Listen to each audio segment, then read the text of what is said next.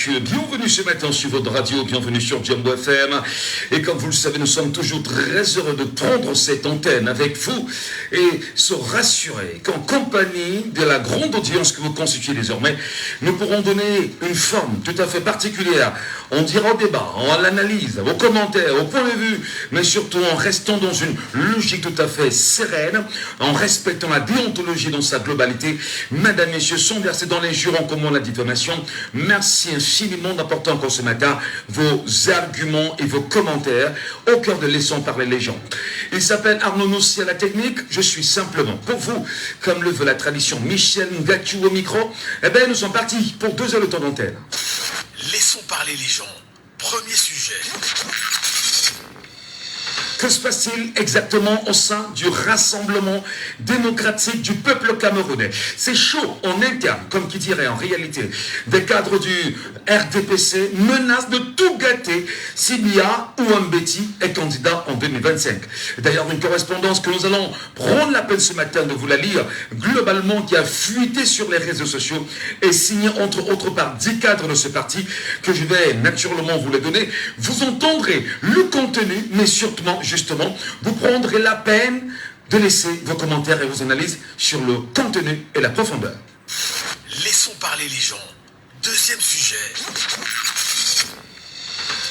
Paul Biya, président de la République du Cameroun, aux Jeux Olympiques de Paris, sous invitation du président Emmanuel Macron. Image du Cameroun sous la pluie. Observation, on va dire, panafricaine de ce voyage. Ce matin, nous vous poserons la question sous une observation vraiment panafricaine. Laissez-nous vos commentaires et vos avis. Laissons parler les gens, libérons la parole. Nous libérons la parole chaque jour. Nous libérons la parole chaque matin. Nous vous la donnons et nous vous prions, oui, de prendre ce numéro de téléphone. Retenez bien sûr le numéro de téléphone par lequel vous pourrez nous avoir en direct ce matin. C'est le 6 91 98 60 98. Pour ceux qui vont tenter de nous avoir sur, on dira, grâce à WhatsApp, voilà, j'arrive enfin.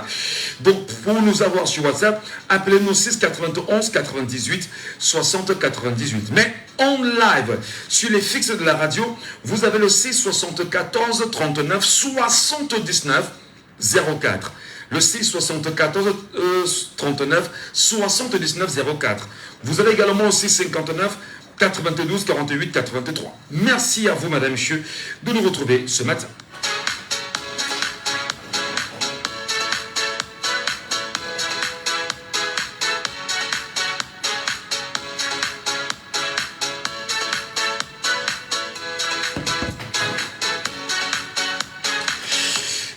Sujet ce matin, on en parle. Avant de revenir sur ce sujet, avant de prendre les auditeurs, permettez-moi de lire vraiment le contenu de ce document qui a fuité sur les réseaux sociaux et qui a été signé d'ailleurs par des cadres du Rassemblement démocratique du peuple camerounais. Et on ira très vite, vous le savez. Et d'ailleurs, le président national du parti, président de la République, son Excellence M. Paul Biya, a courageusement répondu à ses obligations constitutionnelles et protocolaires en répondant à l'invitation de son homologue français de prendre part à la cérémonie d'ouverture des Jeux Olympiques Paris 2024, de 2024 à Paris.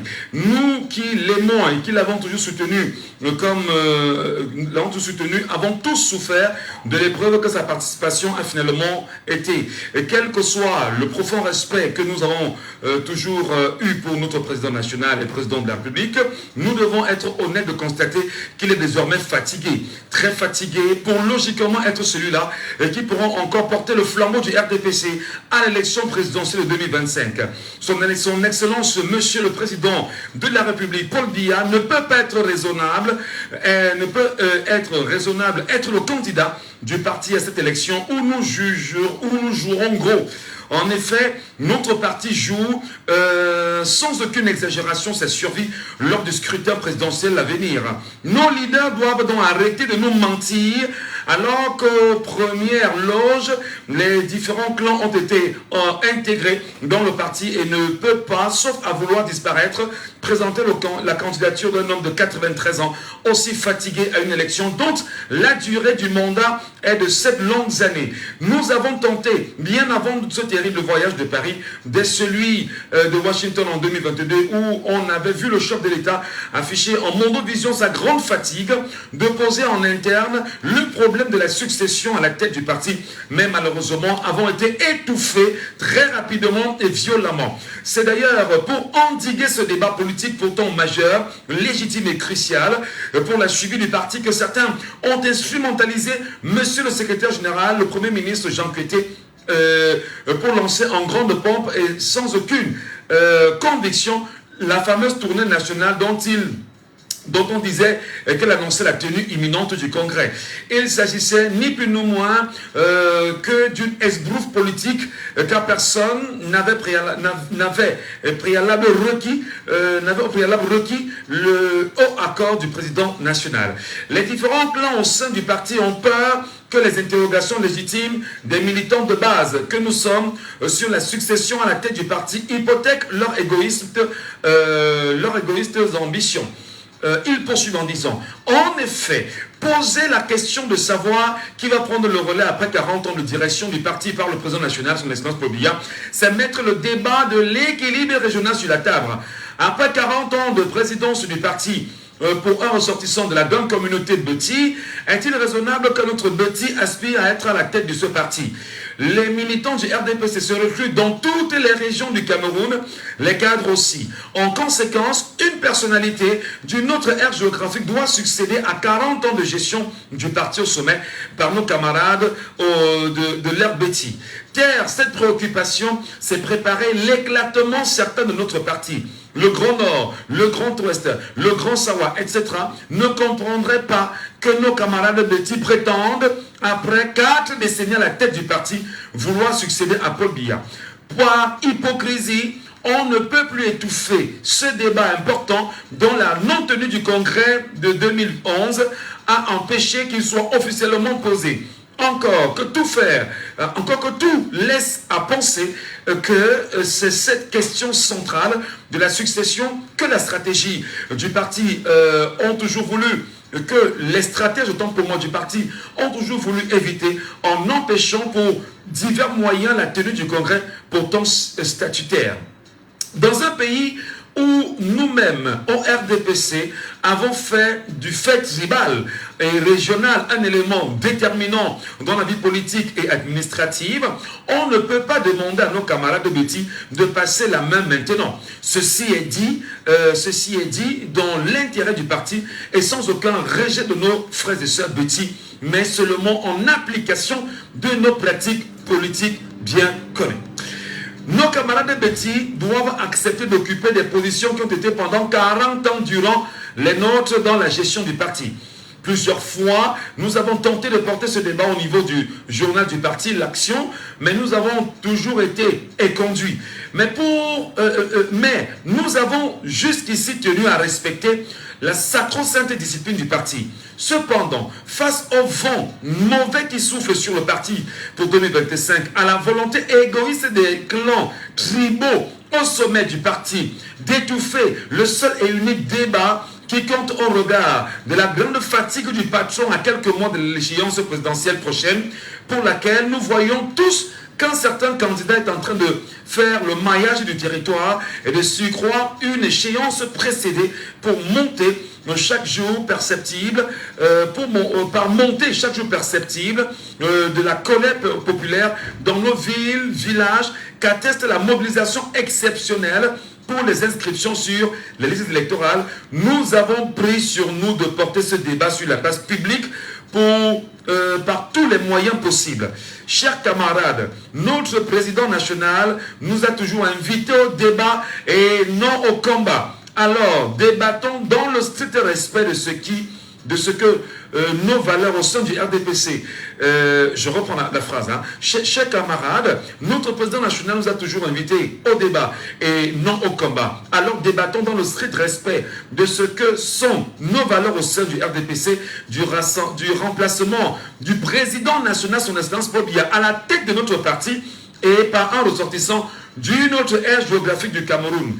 Si cette préoccupation politique majeure n'est pas immédiatement prise en compte, au même titre que celle de laisser le président national et président de la République aller se reposer après tant d'années de travail, alors nous courons avec certitude vers une défaite lors du scrutin présidentiel de l'année prochaine, avec pour conséquence certaine également la disparition de notre parti.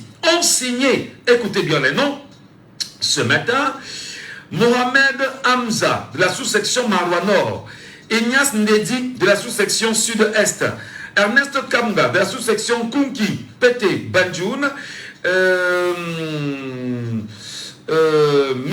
Marilène, RDPC, Makar Centre, Paul Franck, Oueladi, RDPC, Yaoundé 6, Bokam Alfred, RDPC, Messamena Centre, Bouba Nassara, RDPC, Garoua 1er, Egbe Christopher, CPDM, Tico, Richard, Awatsoum Richard, Mezam Nord, Boniek à Moulium Marlène, RDPC, Bafia Centre.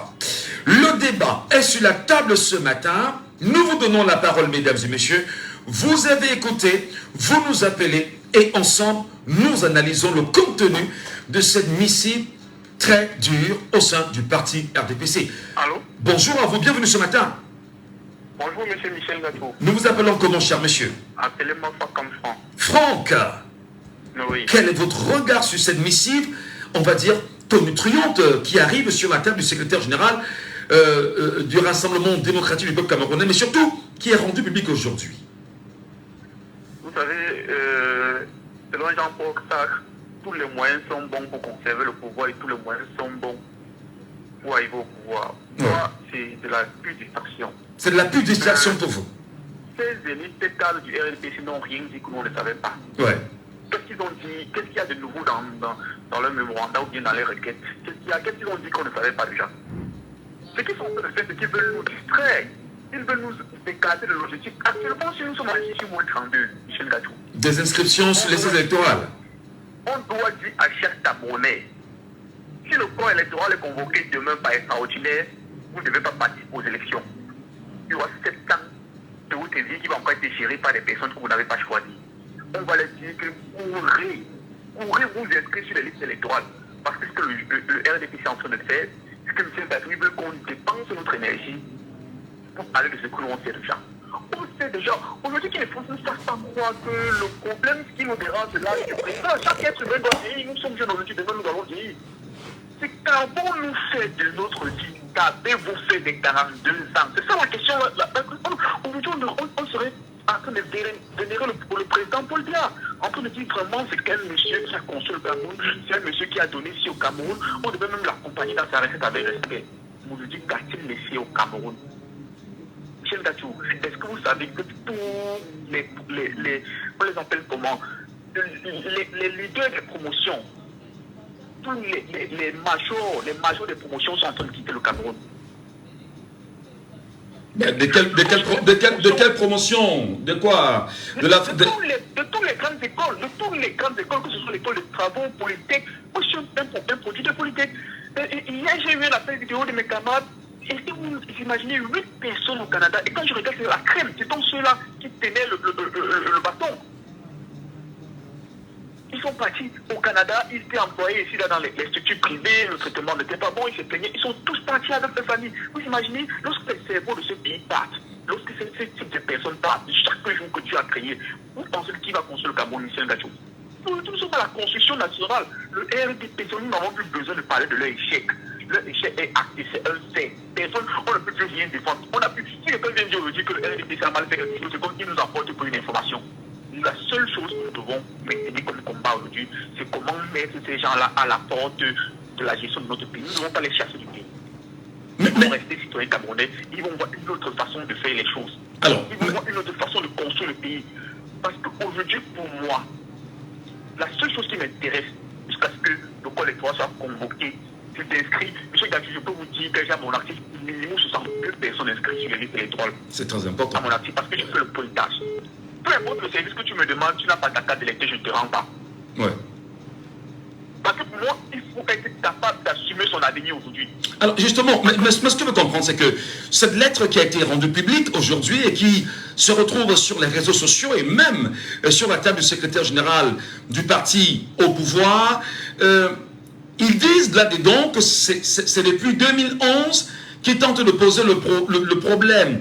Est-ce que parler justement du changement à la tête de ce parti politique par un autre Camerounais issu d'une autre ethnie ou d'un autre groupe communautaire, est-ce que c'est un problème réellement ou c'est le problème de la gestion même de ce parti politique en 42 ans? Bon, Michel Gadji, lorsque je commençais mes propos en invoquant Jean-Paul Sartre qui disait qu'on ne fait pas la politique avec les mêmes propres. Bien sûr. Ça veut dire que je peux avoir moins de grilles d'analyse. La première grille d'analyse, c'est que la correspondance a été faite fuiter sciemment pour faire parler l'opinion. La deuxième grille d'analyse, c'est que la personne qui gère le pays en soi ne pose pas de problème. Peu importe l'ennemi qui gère le pays. Parce que ne faisons pas comme si on va créer un Camerounais qui va venir gérer le pays. En fait, on va fabriquer un Camerounais qui n'appartient à aucune ethnie pour gérer le pays. Le pays sera géré par une ethnie. Ouais. Tout ce qu'on a besoin, c'est un Camerounais qui soit capable de mettre l'égalité des chances pour tous les Camerounais et créer les opportunités pour tous les Camerounais. Absolument. Si on commence dès aujourd'hui à fixer, disons que non, tel a géré, il faut de mettre plutôt à tel, on va mettre de côté la compétence. Aujourd'hui, on a besoin d'une compétence à la tête de notre pays, qui soit moi, qui soit nordiste, qui soit n'importe quel pays, et que je... Aïe, on a perdu. On a perdu. N'hésitez pas bien sûr de nous avoir. Félix est avec nous ce matin. Bonjour Félix et bienvenue sur Jambo FM, votre radio. Est-ce qu'il nous écoute? Non. Allons en ligne. Auditeur en ligne ce matin. Allô, bonjour. Allô? Oh, aïe, aïe, aïe. C'est 74 39 79 04. Je reprends. C'est 74 39 79 04. C'est 59 92 48 83. C'est 59 92 48 83. Ou sur WhatsApp, 6 91 98 60 98. Allô, bonjour. Oui, Michel Gadji, comment tu vas? Je suis là, je vais bien. Je vous appelle comment? D'accord. Vous avez également suivi cette missive envoyée par 10 cadres quand même du Rassemblement démocratique du peuple camerounais. Est-ce qu'on peut dire qu'ils sont minoritaires et que leur voix ne compte pas? Non. Je vous dis, depuis que les Camerounais créent qu'il y a le chômage. Baissez le volume de votre radio, il y a un mauvais écho là. Il y a le chômage. Oui. Je ne vois pas ça, Michel Gadji. Est-ce qu'aujourd'hui, on va venir dire que non, Paul Biya est fatigué? Depuis 2011, il devrait partir. C'est pas aujourd'hui que les gens du RDP vont venir dire que non, Paul Biya est fatigué, si Paul Biya se représente encore la présenter, il va perdre. Non, c'est pas aujourd'hui. Il ne va pas nous distraire. Nous voulons changer les choses en 2025. Mais ils disent, Yannick, allô, ils disent ceci.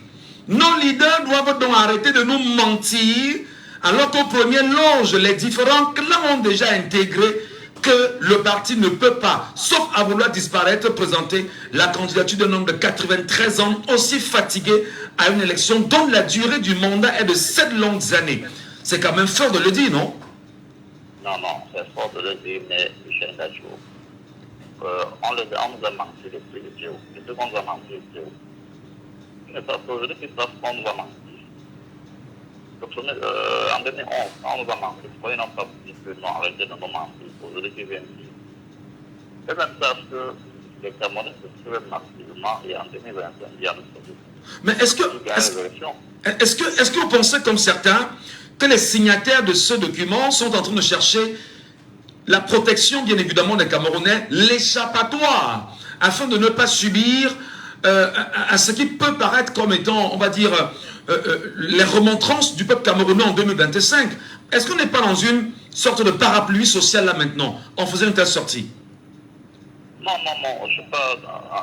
je ne sais pas des signataires, hein, je pas des signataires.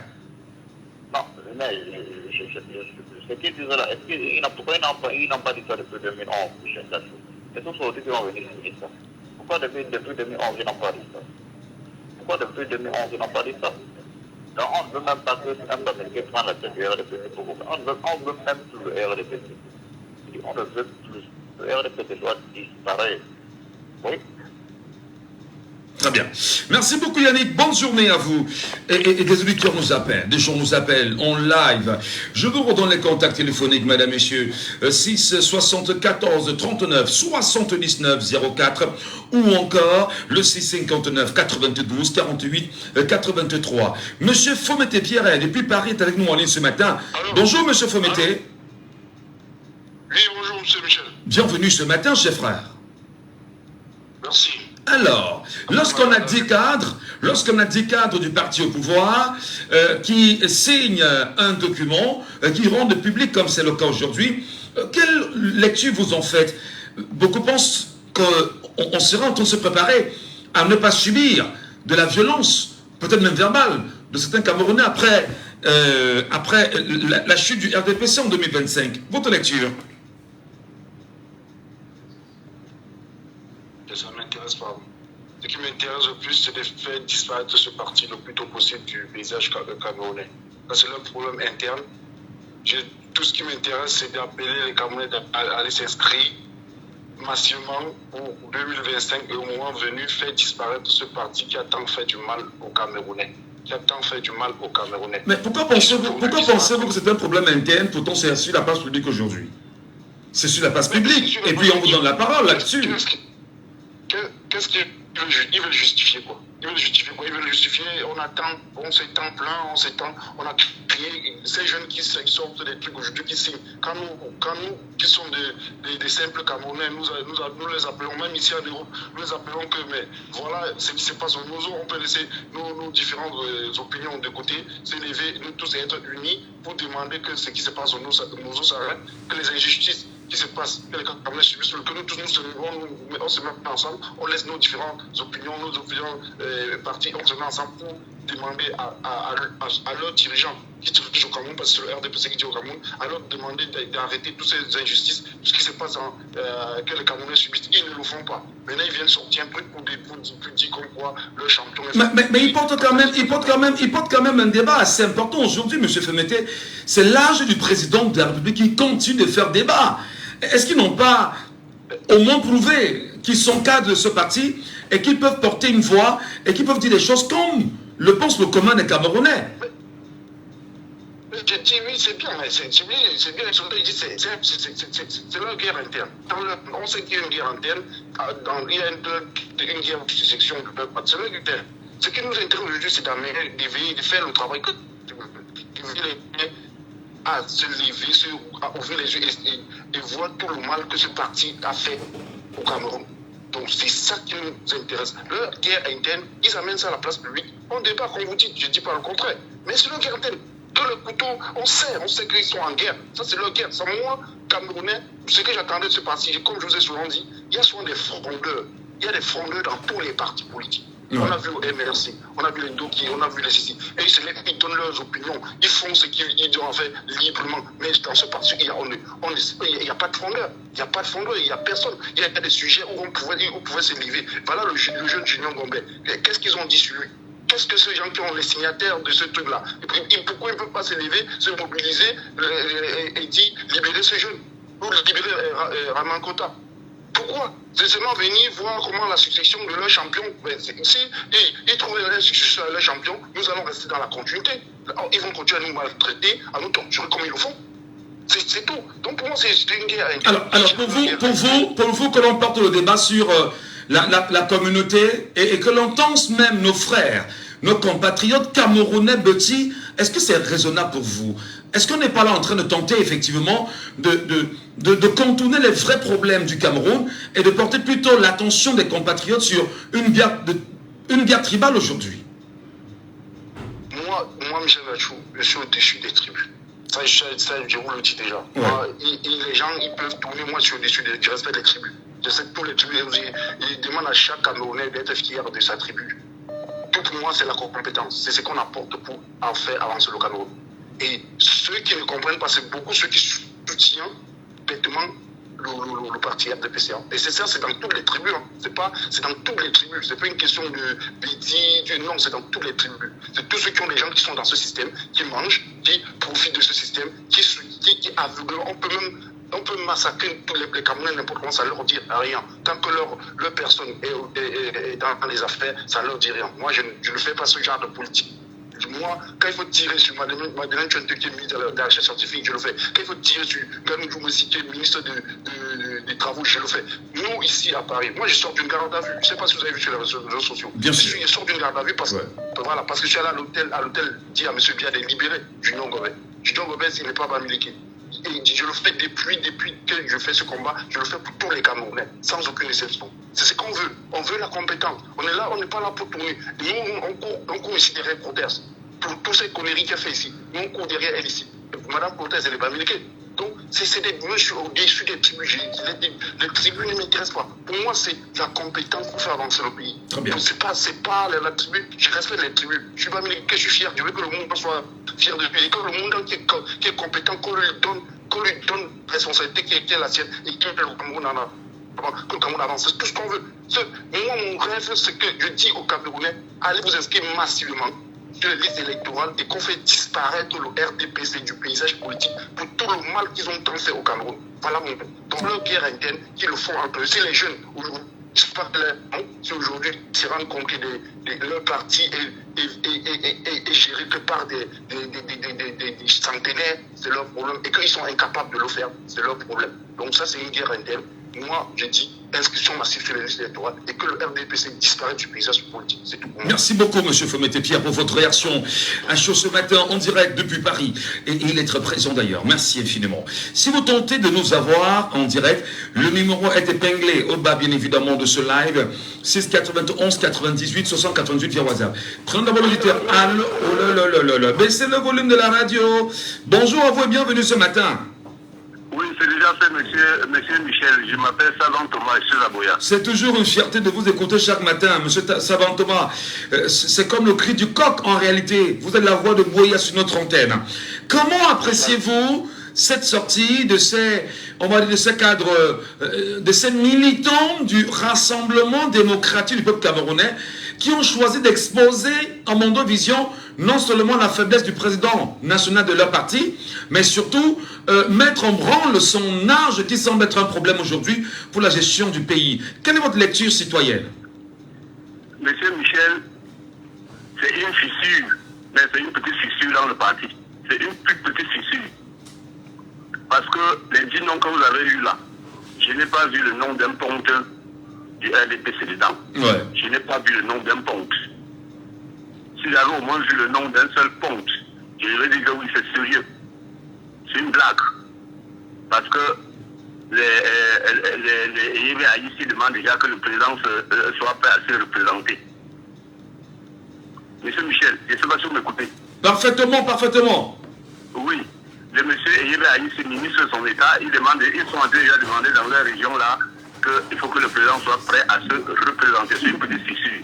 Et puis les 10 personnes là, que les 10 personnes là s'apprêtent à être sanctionnées dans leur parti. La discipline du parti va les sanctionner. Monsieur Michel. Oui. Le président de la République est en France. Vous ne savez pas ce qu'il va faire? Il part là-bas à 92 ans faire quoi? S'il tombe dans l'eau là-bas. Non, mais il est invité, monsieur Savon. Il est invité quand même par le président français, Emmanuel Macron. Alassane Ouattara n'était pas invité, monsieur Michel. On en reparlera, c'est le deuxième sujet naturellement de ce matin. Restons sur la lettre qui a été envoyée et qui a été rendue publique par ces cadres-là. Vous dites qu'ils seront sanctionnés parce que vous n'aviez pas vu, vous ne voyez le nombre de personnes. Vous demandez l'adoublement de Macron. Et Macron va nous porter sur son dos le moment venu. Monsieur Sabon, oui. Ce sujet-là, on va en débattre dans la deuxième partie. Parce qu'on va avoir une lecture panafricaine de la visite et du traitement du chef de l'État en France. C'est très important. Restons sur la lettre qui a été rendue publique par ces Camerounais. Est-ce que justement, au moment où le Cameroun est en train de connaître des clivages assez compliqués, quand on se sert aujourd'hui de la tribu et dire ouvertement qu'on ne veut pas que notre Betty prenne la tête du Cameroun, est-ce qu'on n'est pas là dans une sorte de provocation de l'opinion pour démontrer effectivement que les velléités tribalistes très entretenues par les pontes du régime en place, ils tenteraient aujourd'hui justement d'inverser la vapeur pour mieux se protéger? Monsieur Michel, la tribu n'a rien à y voir. Nous voulons de la compétence. Nous sommes d'accord, mais on sait exactement qu'il y a toujours eu des questions de tribalisme exacerbées. Je prends les propos de feu Joseph Orona, par exemple, qui disait qu'il y a eu des propos très compliqués là-dessus. Je ne sais pas qu'il n'y a pas que lui. Est-ce qu'à un moment donné, on ne peut pas dire qu'on tente aujourd'hui de se protéger derrière une telle réaction? Non, je vous ai dit que c'est les petits du parti. Il n'y a aucun point. Ils vont se protéger contre qui? Même si un autre pouvoir, même si un autre parti prend le pouvoir, est-ce qu'on aura affaire à eux? On n'aura pas affaire à eux. Ils sont même pas très visibles. Je n'ai retenu aucun nom. Aucun nom n'a frappé mon cerveau dans les 10 noms que vous avez vus. Ils sont quoi dans le RDPC? Ils seront sanctionnés et ils vont rentrer dans les rangs. C'est moi qui vous le dis. Ah, ils seront sanctionnés et ils rentreront dans les rangs, c'est ça? C'est ça. Mais ils ne seront pas exclus. Il y aura un rappel à l'ordre et ils vont rentrer dans les rangs. Moi, je privilégie la compétence. Foundi engagé en 92 n'était pas du côté francophone. N'importe qui peut gagner s'il est compétent. Je suis avec M. Fomité de Paris. Il faut qu'on privilégie la compétence, M. Michel. D'accord. Allô? Nous vous écoutons. Oui, nous devons privilégier la compétence. On va aux élections. Celui qui gagne, gagne. Je sais que le président Paul Biya sera candidat. Parce qu'il est toujours président de son parti. Et les textes de son parti disent que c'est le président qui est candidat. Je sais qu'ils sont également en train de compter sur l'ECAM et la Cour constitutionnelle pour que Paul Biya soit toujours chef de l'État. Et puis, comme les gens le disent souvent, allons nous inscrire, votons, surveillons et par la suite, on va voir les résultats. Et je ne sais donc pas quel est le plan B au cas où les élections sont truquées. C'est là le problème. Le véritable problème, c'est après le vote. D'accord, d'accord. Merci beaucoup. Monsieur Michel. Merci beaucoup, monsieur Saban. Merci infiniment, cher papa, pour votre présence permanente sur notre antenne. Quelqu'un nous attend depuis en ligne sur WhatsApp. Allô, bonjour. Oui, bonjour, monsieur Michel Nacho. Nous vous appelons comment, cher monsieur? Moi, je m'appelle Désiré depuis la Finlande, depuis Helsinki en Finlande. Désiré depuis la Finlande. Vous nous écoutez sur Facebook et sur les réseaux sociaux en même temps. Merci beaucoup, Désiré, pour votre présence. Quelle est bien évidemment votre lecture citoyenne sur cette question qui peut sembler être négligeable, mais que 10 cadres du parti quand même se lèvent et disent à Mondovision qu'ils vont tout gâter si Biya ou Mbeti est candidat en 2025. Oui, ma vision par rapport à ces lettres souligne beaucoup de problèmes. Je vais commencer. J'ai un interlocuteur qui a dit tout à l'heure, qui a posé la question de savoir pourquoi cela ne s'était pas manifesté en 2011. Mais moi, je dirais non. Il y a toujours un temps pour une chose. En 2011, le président Paul Biya était encore solide. Et s'il avait une telle velléité, il pouvait même le tuer dans l'œuf. Aujourd'hui, il s'est rendu compte que Paul Biya n'a plus, il ne tient plus les rênes du pouvoir. Que le pouvoir est géré complètement par quelqu'un d'autre qui n'a pas été choisi par les Camerounais. Donc, ils impriment là leur mal-être. Ils ont un mal-être profond. Et je vais vous dire que les 10 cadres du parti là, ils impriment ce que au moins 60 cadres du parti pensent.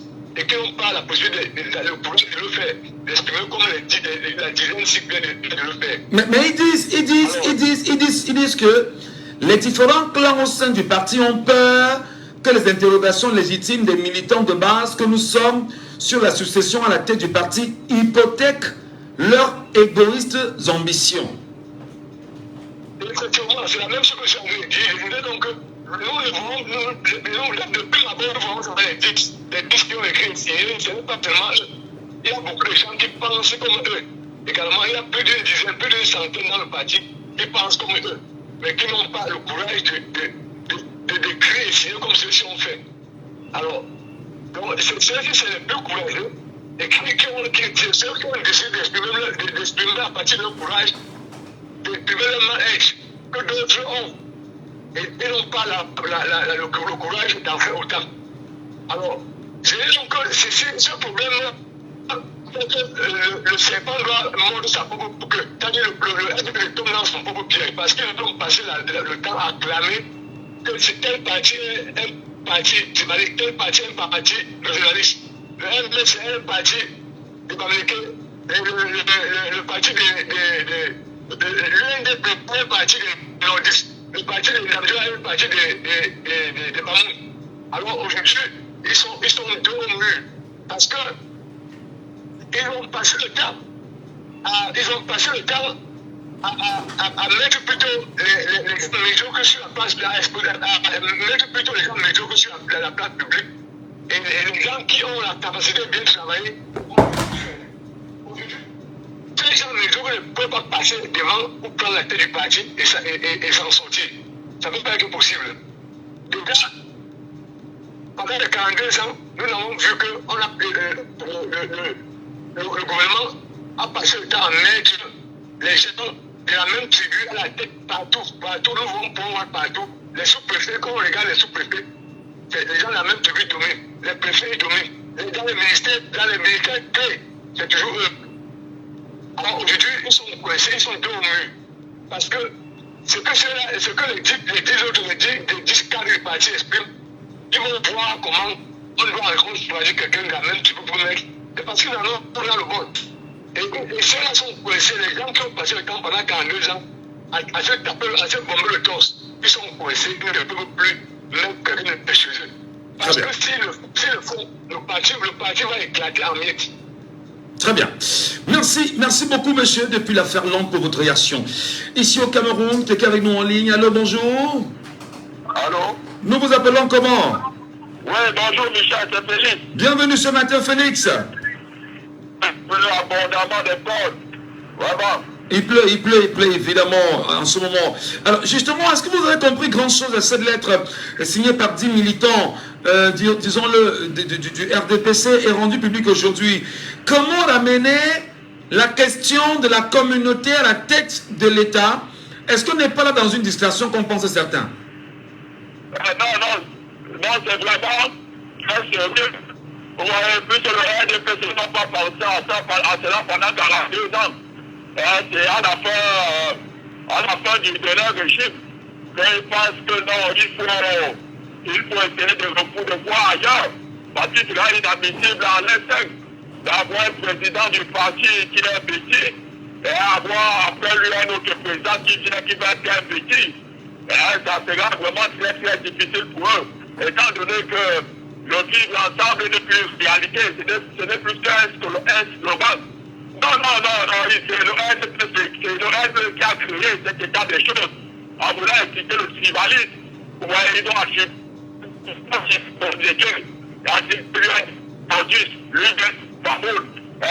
aux anglophones. Et l'on dit non, chez nous, nous ne sommes pas Aïe. Félix, on est obligé de couper Félix parce que la qualité du retour n'est vraiment pas excellente, Félix. Félix, tu peux nous rappeler, trouve d'autres moyens de nous revenir afin de te faire entendre, s'il te plaît. Hervé, depuis la main d'être avec nous ce matin en ligne. Hervé, bonjour. Oui, bonjour, monsieur Kachou. Soyez les bienvenus, chers compatriotes, sur cette antenne ce matin. Est-ce que vous comprenez bien que des Camerounais, dans le parti au pouvoir, s'insurgent aujourd'hui contre l'âge du président national de la partie et pensent aujourd'hui qu'il faudrait absolument avoir une mutation, comment on dit ça, une transmission, voilà, du parti à une autre communauté ethnique du Cameroun. Est-ce que pour vous c'est un débat qui a place? Ah, monsieur Gachou, aujourd'hui, c'est parce qu'ils sont déjà dos au mur. On le sait très bien parce que c'est depuis, moi un peu dit, je prends depuis 2008, quand on a changé la constitution du Cameroun. Oui. C'est depuis 2008 qu'on avait déjà constaté que le régime RDPC, c'était un frein pour le développement du Cameroun. Ne parlons même pas de l'âge. Oui. De quand on a changé la constitution, en 2011, ils étaient où? En 2018, en parlant encore 2018 qui était venu, on a encore truqué les élections, ils n'ont rien dit. C'est quoi? C'est un faux débat? C'est un faux débat, ça ne sert à rien?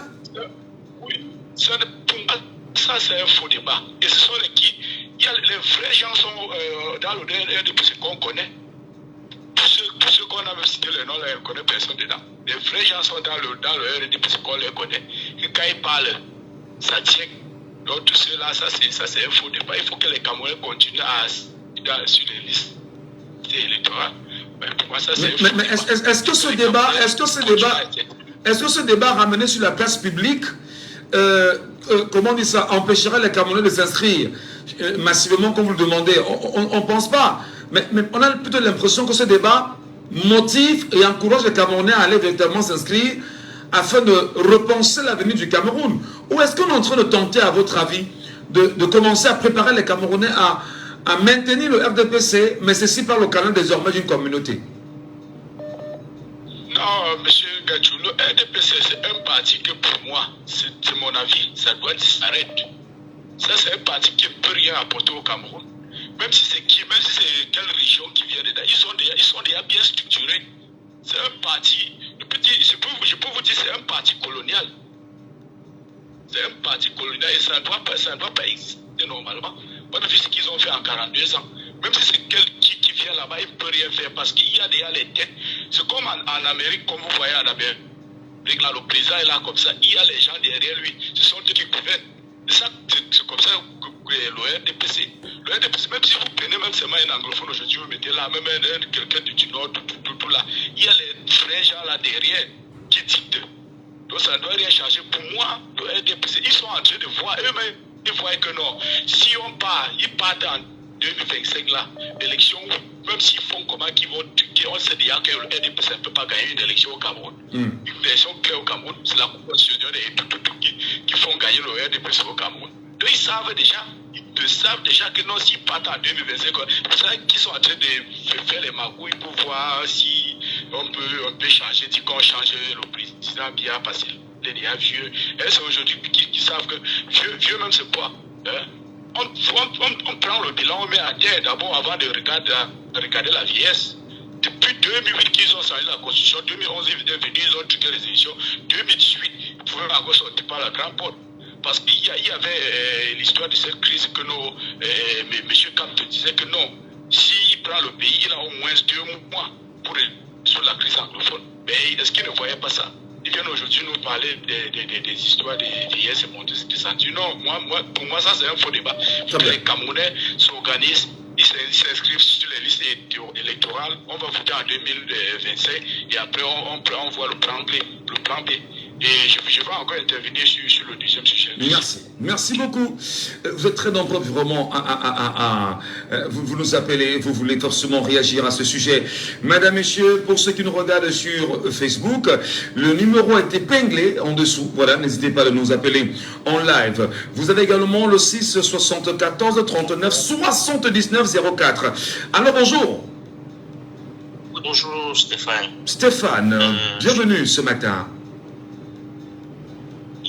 Alors, nous sommes sur Jambo FM, vous êtes Camerounais, Stéphane, vous avez vous aussi appris que 10 cadres du parti au pouvoir ont choisi de mettre sur la place publique, on va dire une missive adressée naturellement, on va dire, au parti au pouvoir, et ils disent d'ailleurs en substance que nous l'aimions, comment il va dire ça, nous qui l'aimions et qui l'avons toujours soutenu, avons tous souffert de l'épreuve de sa participation a finalement été quel que soit le profond respect que nous avons toujours eu pour notre président national et président de la République, nous devons être honnêtes de constater qu'il est désormais fatigué, très fatigué, pour logiquement être celui-là qui pourra encore porter le flambeau du RDPC à l'élection présidentielle de 2025. Est-ce que ces propos sont un peu plus blessants pour vous et même pour le parti au pouvoir? Non, pour moi, je pense qu'il n'est pas blessant. Il n'est pas blessant, le propos sorti par les cadres du RDPC. Bon, au sens de la question, moi je le vois en deux sens, parce que je sais que c'est un régime de roublard. Et oui, oui, c'est un régime de roublard et en autre sens, il peut s'avérer que justement, parce qu'on s'en rend compte que le président, beaucoup de personnes sont dans ce parti et qui n'ont pas la chance ou la possibilité de rencontrer ce président en question. Oui. Ça veut dire qu'il le suit de façon bête. Donc, maintenant, quand il fait des sorties internationaux, c'est où beaucoup se rendent compte de son état physique et peut-être prendre conscience vraiment du fait que, pour de vrai, ce sont des personnes d'à côté qui gèrent le pays. Il ne peut plus. Parce que quand il ne sort pas, on ne le voit jamais, étant donné qu'il ne fait pas d'apparition physique, ou bien quand il sort même, où ça déconne, on ne nous montre pas justement ce qui se passe. Justement, moi-même, je me rends compte que toutes les fois où j'ai vraiment pris connaissance de son état physique, je me suis rendu compte que c'est quand il va à l'international qu'on comprend exactement de quoi il est question. Et c'est vraiment touchant pour des personnes qui ont un peu dans la tête de savoir qu'un grabataire comme ça devrait se retrouver dans une maison de retraite. Moi, je le dis parce que chez nous, au pays, on n'a pas cette chance-là. Beaucoup de personnes n'ont pas la chance de voir vraiment des personnes âgées. Non, ben, on va peut-être revenir sur la question de son voyage international et on en débattra. Mais fondamentalement, lorsque ça sort même de son parti, c'est-à-dire que les cadres du parti, les militants de la base même de ce parti, commencent à dire qu'au sommet, ça ne va pas. Alors, quand la base est unanime, disons-le comme ça, est-ce que ça ne brisait pas le projet justement du sommet? Parce que c'est la base quand même qui porte le sommet. Je suis d'accord. Mais est-ce qu'on ne peut pas penser qu'ils essaient de tâter le pouls par le pouce? Moi, je me dis peut-être... moi, je pense qu'il ne faut pas exclure toutes les hypothèses. Hein, absolument. Parce que je sais que c'est un régime... Ouais, moi je sais que c'est un régime roublard. Parfois, ils peuvent organiser une scène comme ça pour avoir le pouls de la population, pour savoir ce qu'ils en pensent, pour tâter, pour voir ce que ça veut dire. Entre-temps, pour maintenir dans la distraction comme d'habitude. Tout comme, justement, je le disais tantôt, ça peut permettre à ce que, et du moins, ces cadres-là ont réalisé que c'est plus possible. Et que, comme on dit, on prend conscience à son temps. Si c'est le temps arrivé que ces gens-là prennent conscience, il va de soi que beaucoup d'entre nous, Camerounais, comprennent que voilà, nous devrions prendre conscience. Parce que je me dis toujours, chacun a son jour à son moment, comme dit. Ça dégaine comme de larmes, quoi, tu comprends? Absolument. Donc pour moi, c'est... Ouais, moi je le prends dans ce sens. Pour vous, soit c'est de la roublardise, soit c'est la prise de conscience. Ouais. Voilà. Exactement. Alors, on est encore dubitatif. On est encore dubitatif, on ne sait pas exactement qui est roublard ou qui est conscient dans ce qui a été dit. Merci beaucoup Stéphane, passez une bonne journée et à très bientôt. 6 74 39 79 04 ou le 6 59 92 48 83. Auditeur en ligne, est-ce qu'il est avec nous? Arnaud, est-ce qu'il est avec nous l'auditeur? Allô, bonjour. Bonjour, monsieur Ngacho. Oh là là, baissez le volume de la radio, nous vous appelons comment? Isidore. Isidore, quelle est votre grille de lecture? Est-ce qu'il faudrait justement rentrer dans le débat selon lequel il faudrait retirer le pouvoir au Béti pour le remettre à une communauté camerounaise afin de faire une sorte de, je ne sais pas trop, de partage? Quelle est votre idée, Isidore? Monsieur Ngacho, moi je peux dire, vous allez m'excuser, maybe I should rather speak in English. Yes. These CPDM barons, they are the ones who installed tribalism. We have all the tribalism that is ongoing in this country is because of the CPDM regime. So they have taken it to another level. If you should see what happened the last time when Honorable Joshua Osi was making a tour around the 10 regions of the country, when he got to a particular region, he was blocked. And that is not the first time that we see the population of that region blocking other political leaders who are coming to do their campaign there. It's true. But they forget to understand the fact that CPDM is not only made up by the Beki people. CPDM is equally made up by other tribes. And these people, they have their roots in other communities. So how is that particular region at the forefront of blocking other political leaders? Is that not tribalism? So if within their party, some of these people have understood the fact that no, things have gotten out of hand, and that even if CPDM should present a candidate, it should no longer be a dirty man, that I don't think that should be taken as tribalism. The dirty people have shown us their colors.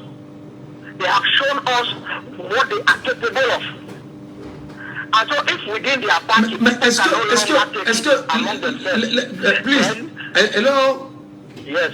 Est-ce que ce n'est pas ça justement qu'on aurait tenté de mettre en avant? C'est-à-dire commencer à critiquer nos frères camerounais qui sont bêtis, qui n'ont rien à y voir, parce qu'il faut rappeler que s'il y a des gens qui sortent d'une communauté et qui ont confisqué le pays, mais ce n'est pas quand même tous les bêtis qui ont confisqué le pays, sont d'accord dessus, non?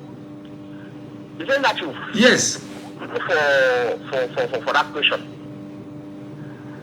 The head of state, what you guys usually say, you talk about, when you talk about equilibrium regional.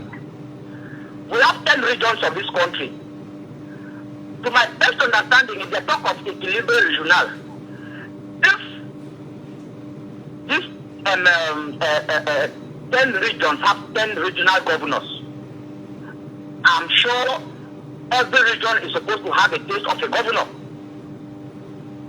How do you explain the fact that where we have 10 regions, 5 or 6 governors are coming from a particular region? Look at our sub-prefect. You see that are these the only people who send their own children to Enam? So, Mr. Ngachu, there's really a lot. People's hearts are heavy. And if we don't have programs like this where people are airing their mind, this country is going to explode one day. Non, on va pas, on le souhaite pas. On va pas le dire. On est quand même un pays de paix, vous le savez. Yes. I agree. I agree.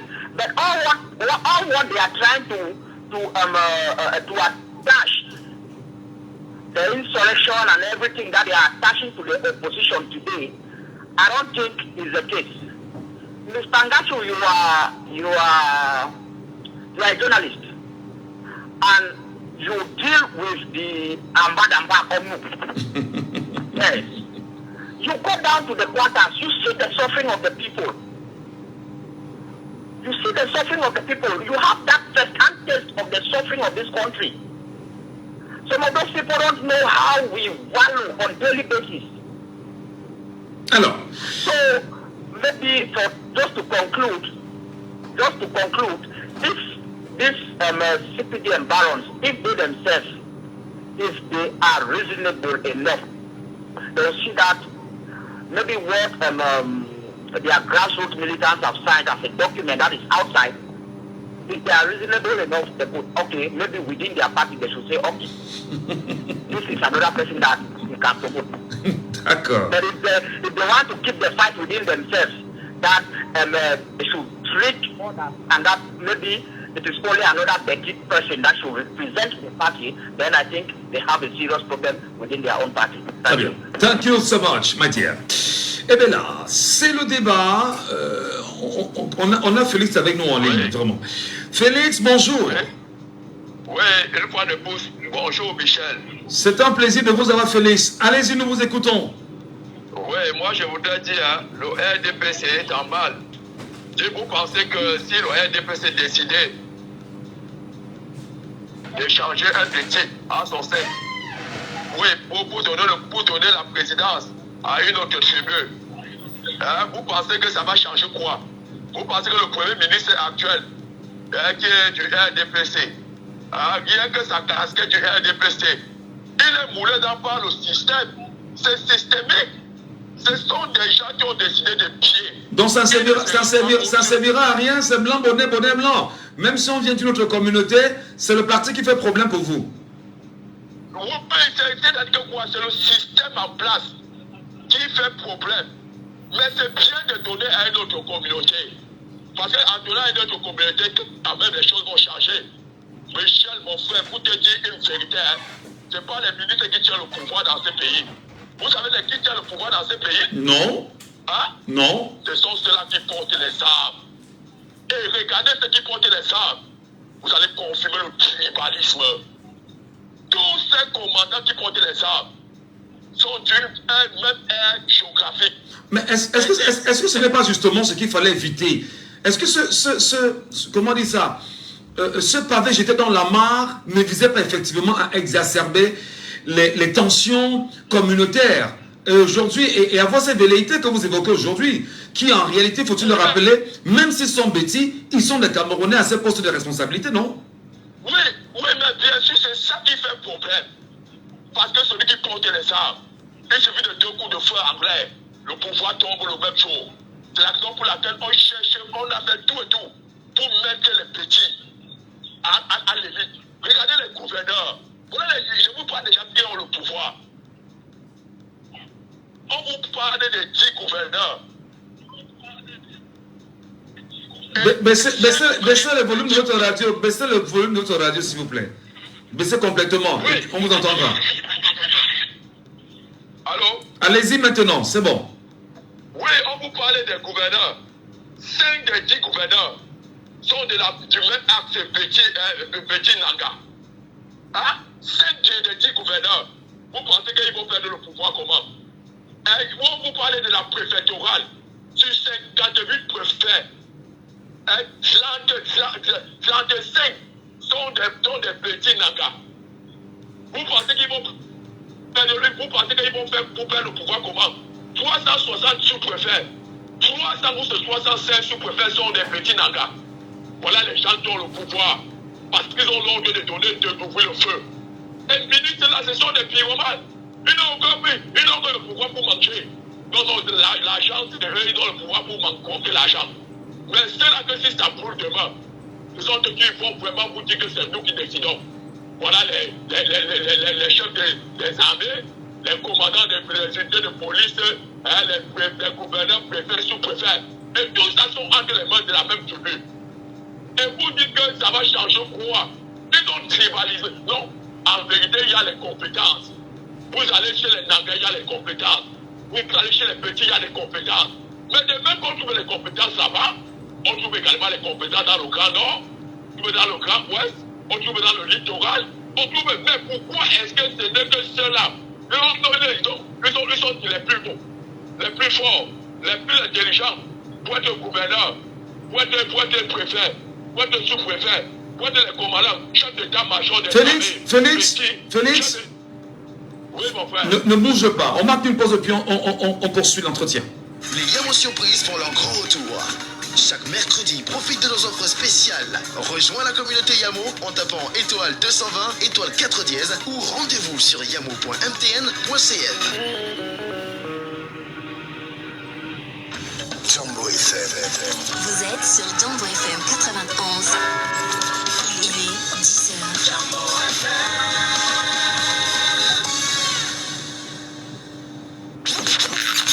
On peut en parler avec énergie sur Jambo FM. Laissons parler les gens. Premier sujet.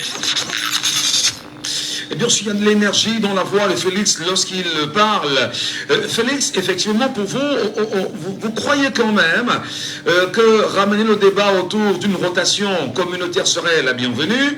Vous pensez en même temps que les pontes du pouvoir les tiennent à tous les segments de l'administration et vous croyez effectivement que rien n'est possible malgré l'admissible rendu public par les 10 cadres du RDPC, dites-vous. Non. Allô? Nous vous écoutons, Félix. Allô? Allez-y. Oui, il pleut comme il pleut abondamment. Non, ces cadres-là n'ont que faire le travail. C'est la peur du lendemain. Parce qu'eux-mêmes savent que le RDPC est mis en marche et qu'ils peuvent perdre le pouvoir. Et ce qu'ils auront fait aux autres qui va finira par les arriver. Voilà, c'est ça qui est la vérité.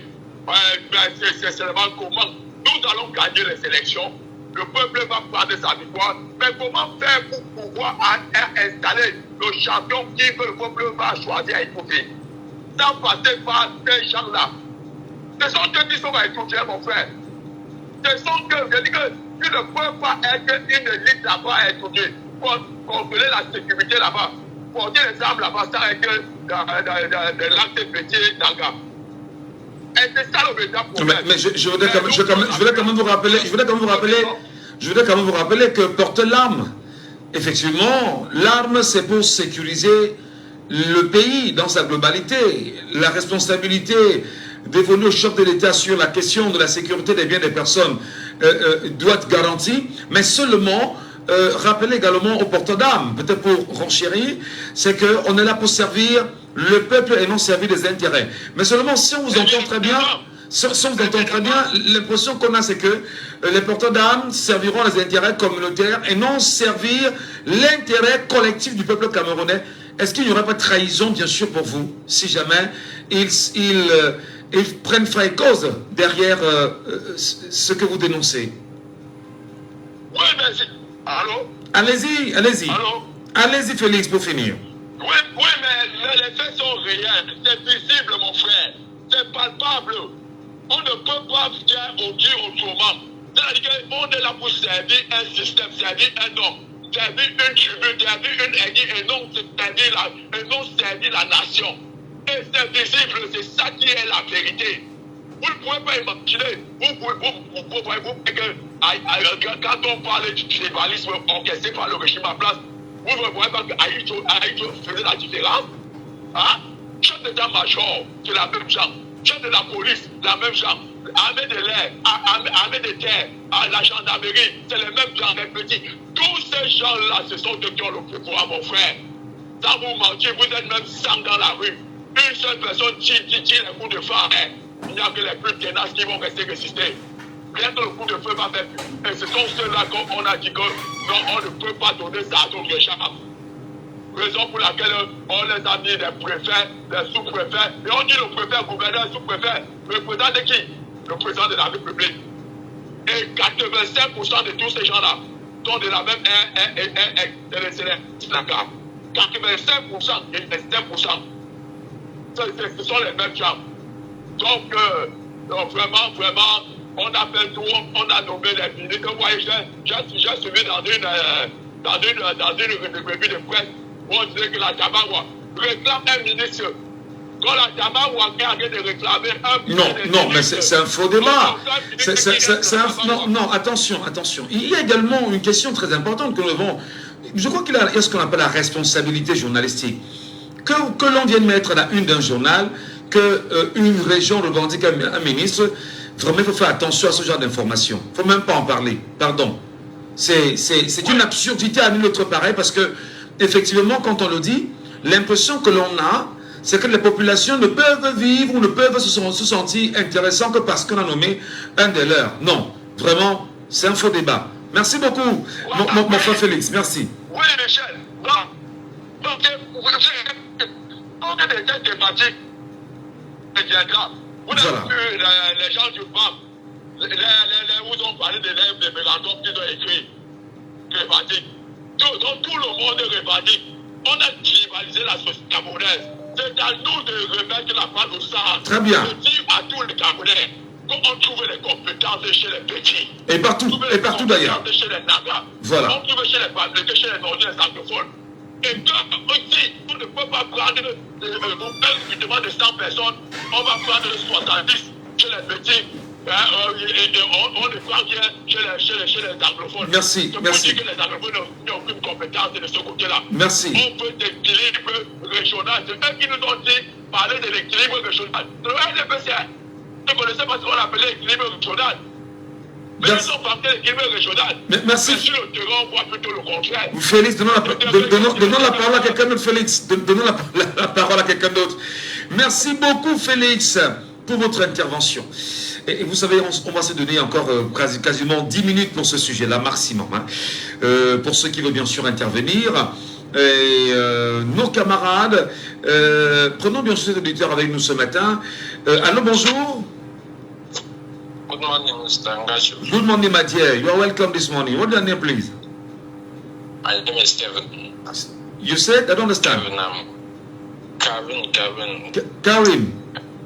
Yes, I'm coming from Ancien Immeuble, NCPB at Bolanja. You are welcome this morning on your radio Jumbo FM, on your program Laissons parler les gens. But let me now try to explain in French or learn in French to give you your time to let know what is your opinion. Nos camarades Betty doivent accepter d'occuper les positions qui ont été pendant 40 ans durant les nôtres dans la gestion du parti. Plusieurs fois, nous avons tenté de porter ce débat au niveau du journal du parti, l'Action, mais nous avons toujours été éconduits. Mais nous avons jusqu'ici tenu à respecter la sacro-sainte discipline du parti.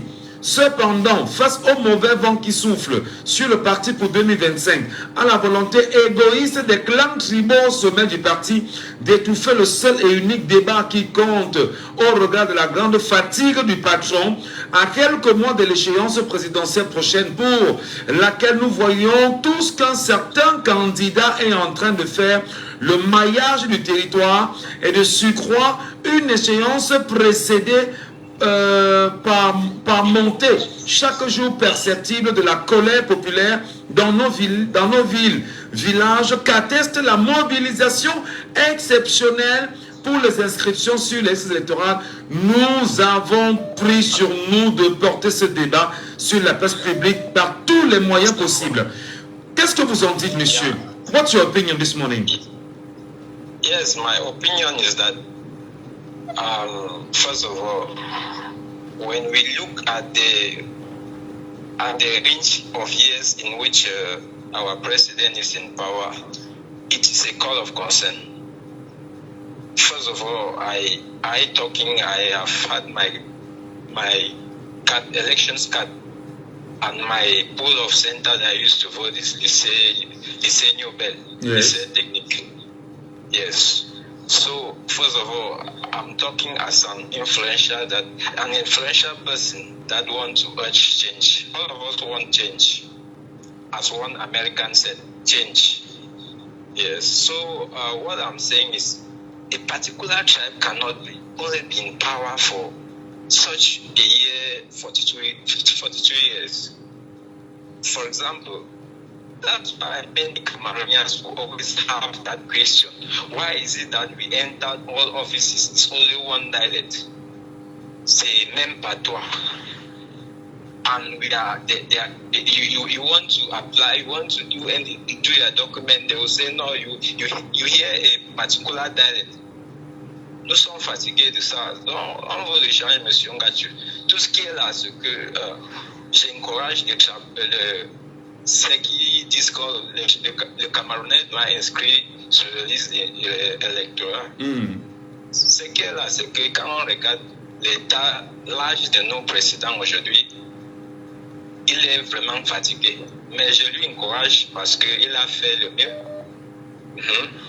But as we said, it is God that brings change. We cannot also say they will push him out of power because he has his own time. Anything, as TB Joshua said, there is a time of everything. He has his own time that he took power, and he has his own time that he will go. I am not a member of any political party. Absolutely. Yes, I'm not a member of any political party. I'm talking like a Cameroonian, and I have my voter's card. Yes. I've been voting. Since 2018, I've been voting. So I'm a young Cameroonian, and I'm talking in a point of view in my own Cameroonian nationality. And we try to respect. Yes. And we respect you. We respect your point of view. We are in our country. We have democratic country, and we try to continue like this.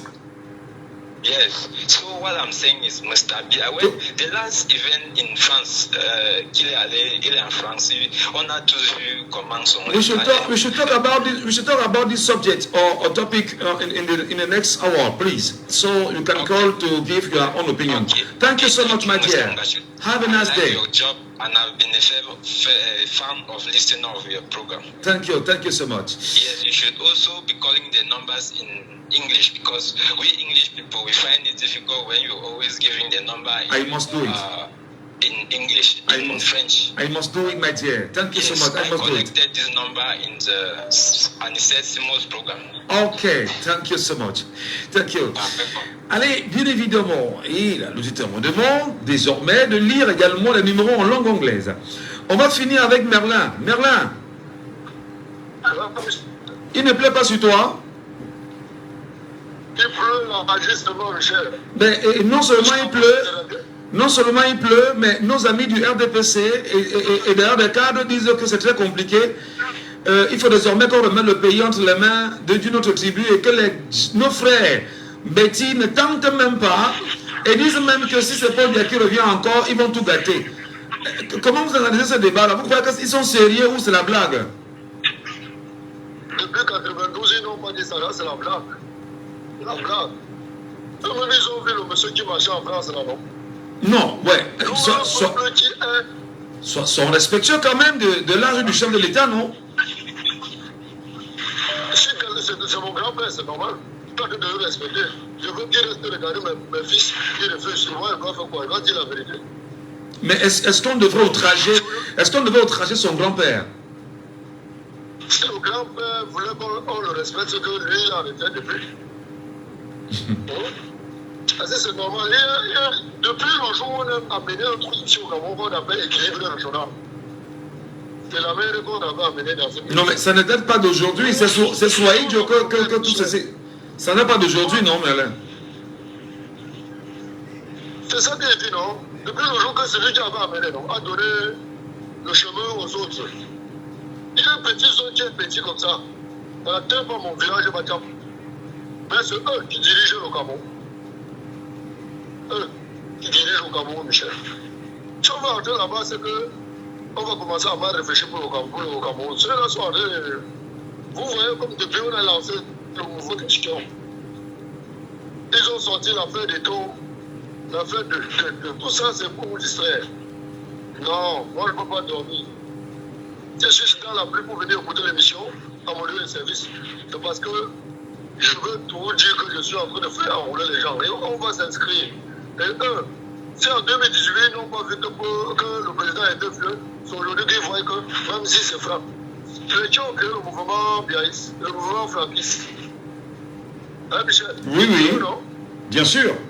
Les gens ont créé le mouvement franquiste, non? Et maintenant, on dit encore qu'ils ne veulent pas franc, non? On ne nous distrait plus. Et nous mettons plus en dehors. 2025 est très proche. Et il y a 9 mois. Et nous sommes là. Vous avez bien fait 9 mois pour s'inscrire. Quand on voit essayer de vous inscrire, ça va pas aller. Moi, le derrière, Michel. Et merci pour ton travail. Et merci pour le promoteur de cette radio. Monsieur Antoine Landry Lomodo, dit président Chop Chop. Merci beaucoup, Merlin. Bonne journée à vous. Et c'est parti, mesdames et messieurs. Bonne journée. Nous sommes sur Jambo FM, mesdames et messieurs. On va reprendre l'essentiel. Dans un instant, effectivement, nous allons bien sûr vous rappeler que vous pourrez nous avoir. You can try to call us on your radio. I'm sorry because I must try to speak in English now, because someone think that I must try to speak in English and call you to give your own opinion on radio. 606 on 16 46 116. Let me try. Okay, let's go first. Laissons parler les gens. Premier sujet. Deuxième sujet. Laissons parler les gens. Deuxième sujet. Deuxième sujet, mesdames et messieurs, réflexion panafricaine. Je reprends. Réflexion panafricaine. Je réponds à Sonia qui dit: bonjour monsieur Ngachou, pourquoi vous n'êtes pas sur TikTok? Je ne suis pas sur TikTok parce que des gens ont choisi de bloquer mon TikTok. Des gens ont choisi de bloquer mon TikTok parce que vous prenez la parole, vous vous exprimez. Et des gens ont choisi de bloquer mon TikTok. Donc, et je ne peux être sur TikTok que dans 48 heures, donc dans 2 jours. J'espère que le message est passé, malheureusement. Allez, je suis en train de parler du deuxième sujet. Le deuxième sujet, c'est une réflexion panafricaine. Paul Biya, président de la République du Cameroun, président en exercice, a été invité à Paris pour les Jeux Olympiques, et ceci a été fait par le président Emmanuel Macron. Tout le monde a regardé un chef de l'État sous la pluie avec un plastique sur la tête. Et d'ailleurs, il n'était pas seul aussi. Maintenant, des analyses fusent de part et d'autre. Beaucoup pensent que le chef de l'État a été humilié par le président français. Encore que le chef de l'État n'a peut-être pas obligation d'y aller. Mais non, il y a quelque temps, sur les réseaux sociaux, des gens ont quand même pris la parole pour dire que Paul Biya est un panafricaniste. Nous souhaitons dans vos arguments ce matin, que vous porterez sur la radio, nous dire exactement quel est le regard panafricaniste que vous avez sur cette invitation de Paul Biya à Paris, et bien sûr de l'image qui a été renvoyée aux Camerounais et aux Africains en général. Laissons parler les gens, libérons la parole.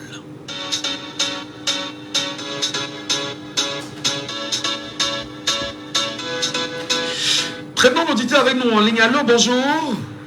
Bonjour, monsieur Ngacho. Soyez les bienvenus, cher monsieur. Nous vous appelons comment?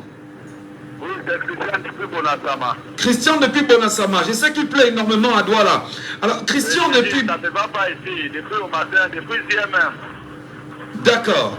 Alors, quelle est votre grille de lecture où on a vu un président d'un pays qu'on appelle le Cameroun, dit souverain, aller en France et les conditions dans lesquelles il a été reçu? Quelle est votre lecture? Réflexion panafricaine. Oui.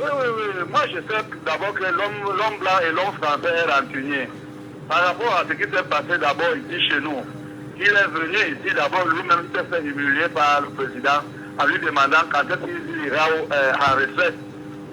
Hein, Michel? Oui. Donc maintenant, lui, il a remis l'ascenseur et notre président n'a pas compris ça. Lui n'a pas compris ça, qu'il faudrait qu'il se méfie déjà de ces gens-là. Surtout que lui aussi doit pas sa retraite. Donc l'homme blanc, moi, il sait qu'il est rancunier. Il a même trop résisté aux gens-là. Aujourd'hui, s'il te plaît. Moi, si j'ai vu les images, ça m'a beaucoup choqué.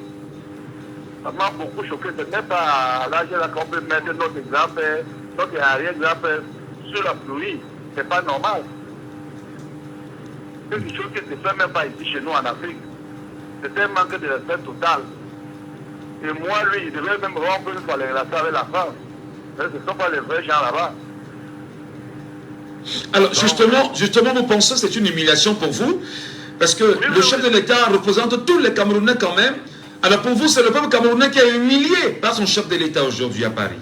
Effectivement, et c'est ça, moi, qui me fait mal au jugé. Parce que l'homme français, Emmanuel Macron, a fait ça expressément. C'est fait exprès. Et moi, lui-même, il devait m'envoyer un représentant comme d'habitude. Mais il ne devait même pas y aller. Bon, voilà autant de choses qui nous choquent alors. Et normalement, le père doit prendre aussi sa recette. Il laisse les choses, les affaires aux Camerounais de gérer. Donc voilà un peu ma petite contribution. Merci beaucoup. Elle est grande. Elle n'est pas moindre. Sur WhatsApp, on a un auditeur. Allô, bonjour. Allô, bonjour. Allô? Oui, allô. Bonjour, monsieur Michel Ngacho. Merci d'avoir répondu à ma question par rapport à TikTok. Ah, d'accord, Sonia. Oui, je cherchais vos collègues avant, mais je ne trouvais pas et vous avez répondu merci. Voilà. Moi, je dis, on veut nous museler partout. Hein. On vous muselle sur TikTok parce qu'on veut nous museler partout. La preuve, on muselle le jeune Junior Gobé. On déporte le frère Ramon Kota, Ramon Kota, mais il s'appelle Steve Akam. On va pas nous museler, on va seulement chercher partout pour les candidats pour peuvent nous entendre. Très bien. Alors justement, quelle est votre lecture? Je vais dire panafricaine. Je dis panafricaine parce qu'en fait, le panafricanisme, en même temps, c'est une logique de rassemblement des peuples africains autour de leur authenticité et de leur souveraineté. Regardez ce qui s'est passé à Paris avec le président national, le président de la République du Cameroun, sous la pluie, plastique sur la tête, à 92 ans. Est-ce qu'il y a un symbole derrière pour vous, madame? Monsieur Ngacho, je veux dire d'abord que chaque peuple mérite ses dirigeants et chaque dirigeant a le peuple qu'il mérite. Je dis bien chaque peuple mérite ses dirigeants. Et chaque dirigeant a le peuple qui mérite. Pourquoi je dis ça? Le peuple que M. Biya a, lui si, parce que depuis 42 ans, il se fout de nous en fait. Vous voyez, et personne ne fait rien quoi. Parce que je vous dis bien, il se fout de nous, et personne ne fait rien. Non, c'est comme si on avait taillé la population, parce que dit mon peuple, c'est trop dit. C'est comme si on avait taillé la population du Cameroun pour M. Biya. Parce que s'il n'y avait pas un peuple aussi...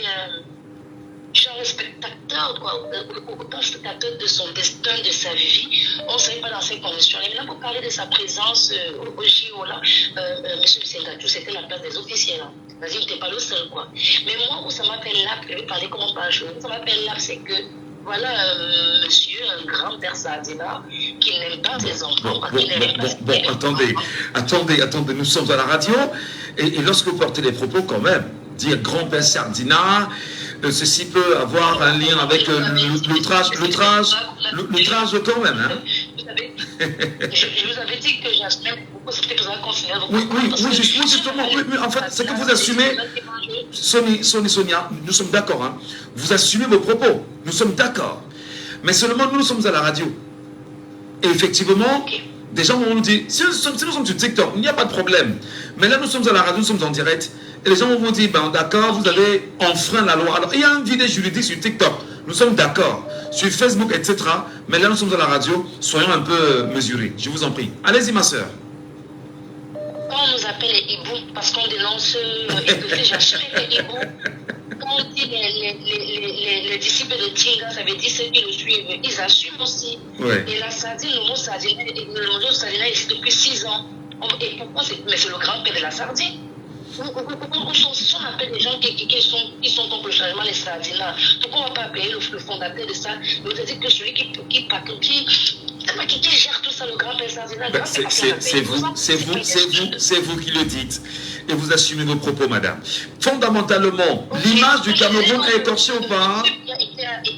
Monsieur Biya était assis à la place des officiers, monsieur Michel Gatou. Oui. Sauf que chez nous, vous voyez, il est tellement sacralisé, vous savez, c'est comme si c'était, c'est-à-dire après Dieu l'appelle au fils et son fils Jésus à côté, c'est monsieur Biya. Ça fait que quand les Camerounais voient ça, et Rwanda, c'est-à-dire tout le monde au Rwanda, tout le monde trouve ça, comme le monsieur qui vient dire, oui, c'est un manque de respect, il a quand même 92 ans, il était à la tribune des officiels, il faut d'abord qu'on souligne ça.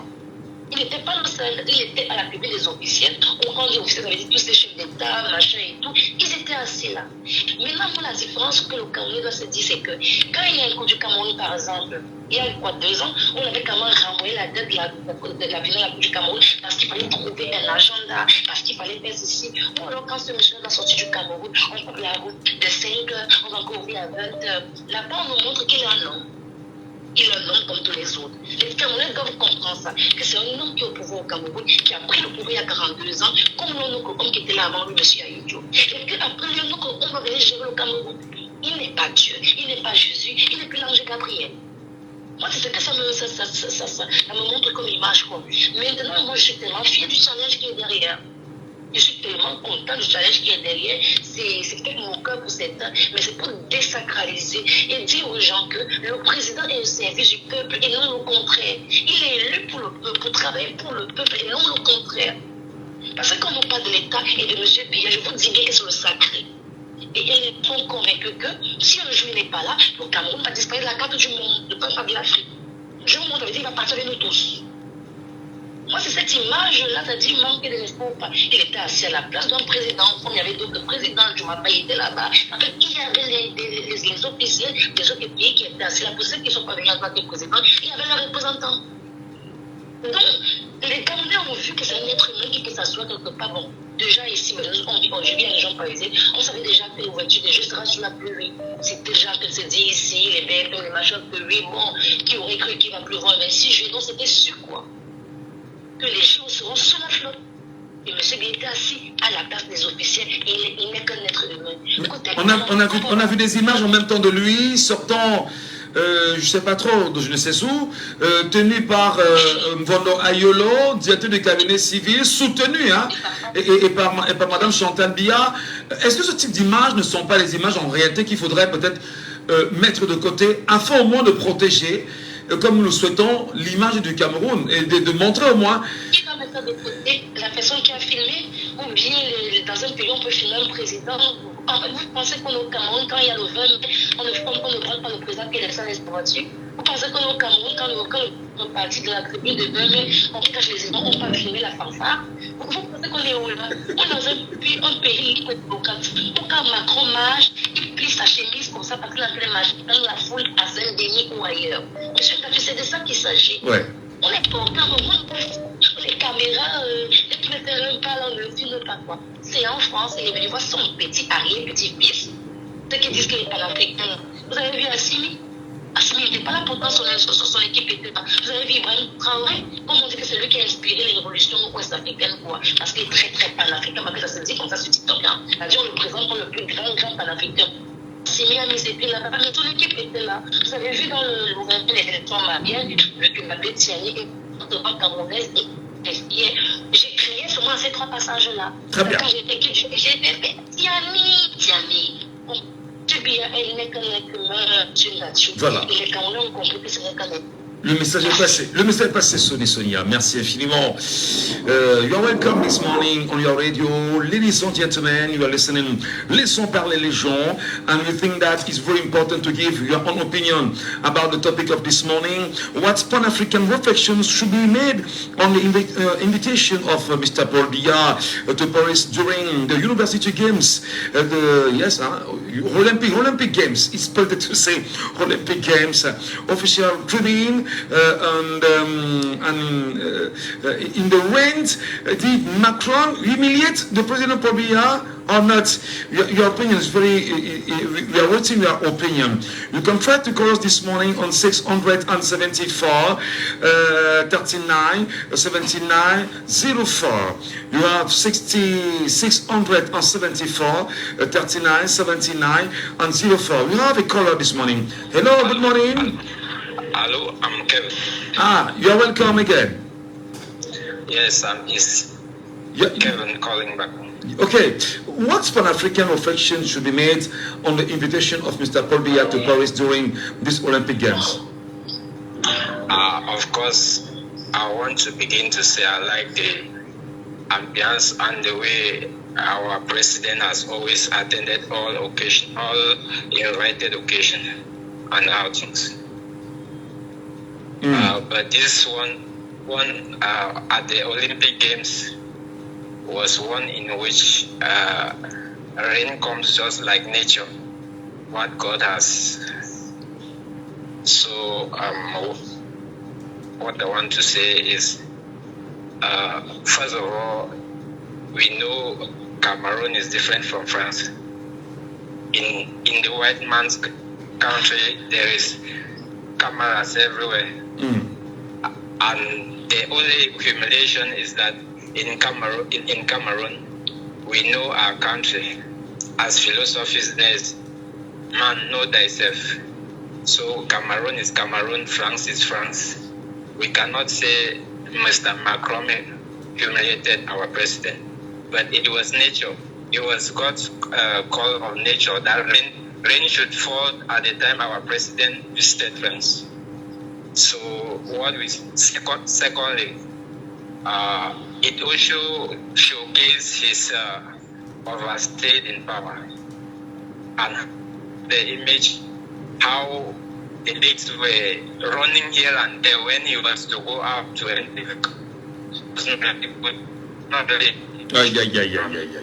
On a des soucis avec le retour. On a des soucis avec le retour. On a des soucis avec le retour. On a des soucis avec le retour. Voilà.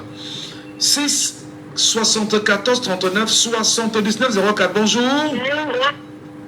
Rebonjour, monsieur Michel. Rebonjour, monsieur Saban. Rebonjour. Oui.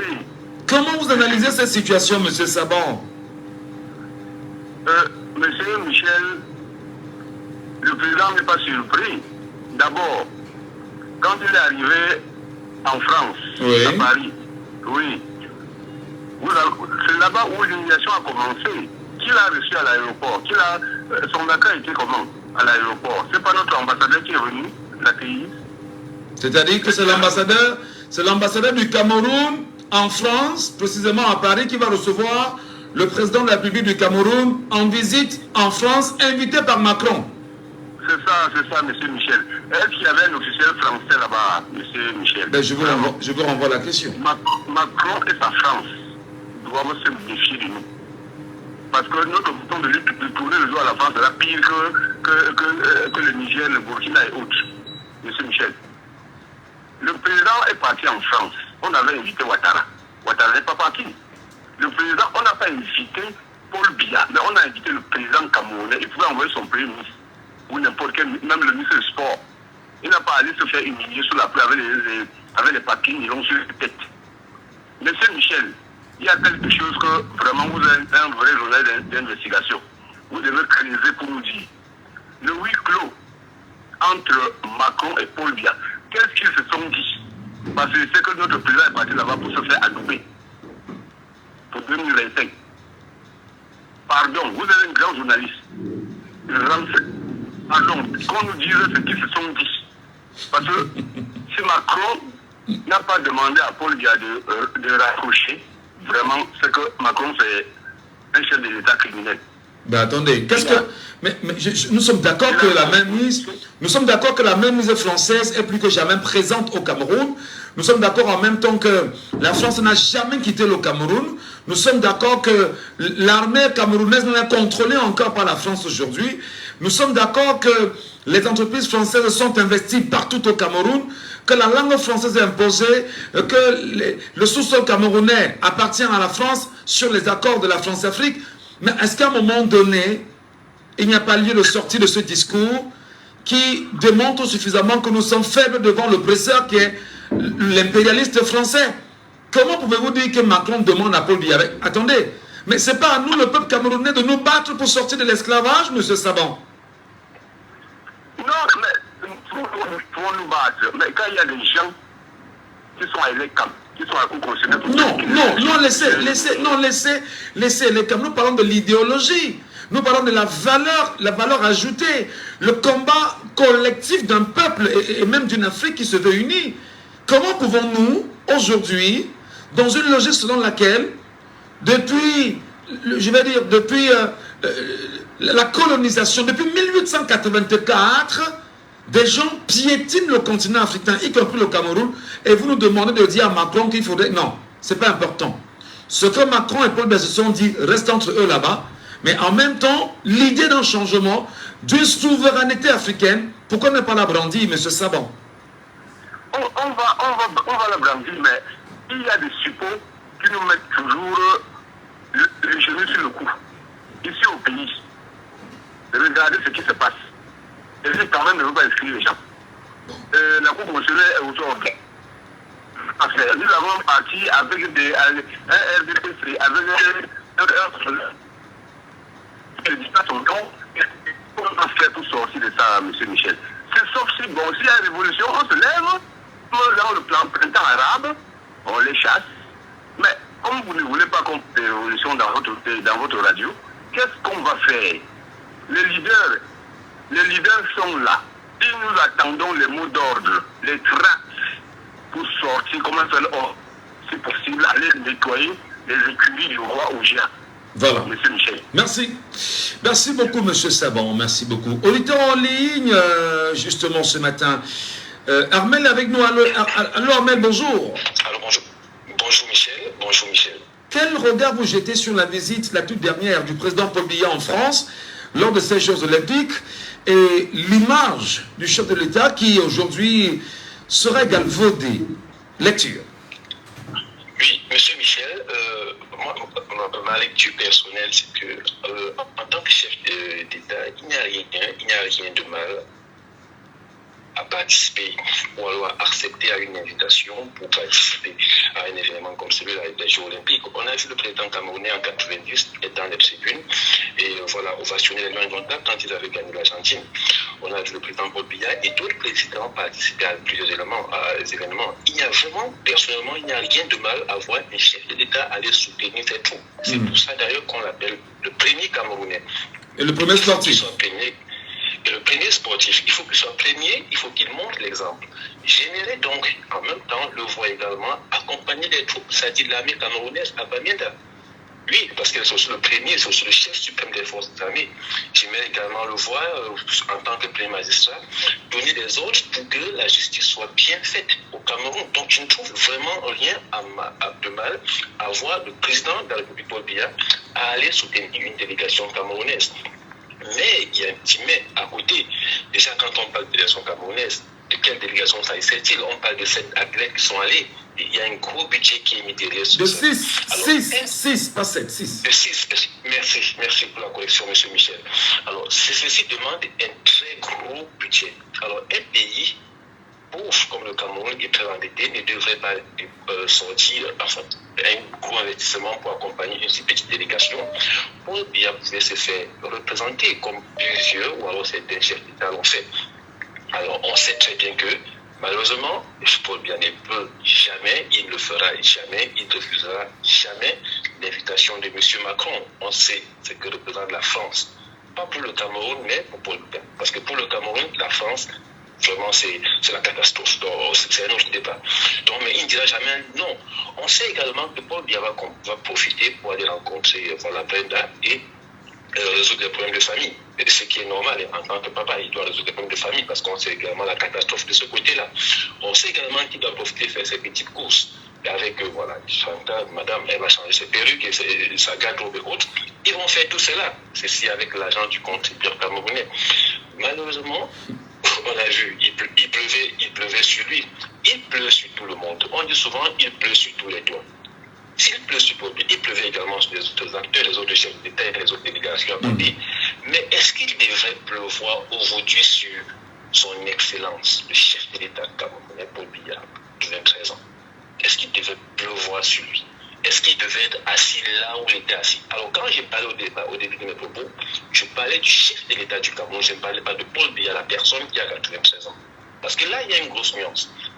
Est-ce qu'à 93 ans, aujourd'hui, notre papa, Paul Biya, devait être assis où il était assis là aujourd'hui? On sait quel effort physique ça lui coûte. On sait que maman Chantal va être assise à côté de lui parce que c'est elle qui va tenir le bras pour qu'il se lève. Et moi vous dire, parce que là, c'est ce qu'on voit. Qu'est-ce qu'on ne voit pas? Est-ce que pour faire autre chose, je ne vais pas citer les choses parce qu'il faut rester très poli envers du chef de l'État, est-ce que pour faire d'autres choses à côté, il a besoin de ce soutien? Alors on parle d'un soutien matériel, humain. Le contact fait de ce qu'il fait. À la maison, la communication est un peu hachée. Vous nous écoutez parfaitement, la communication est un peu hachée là.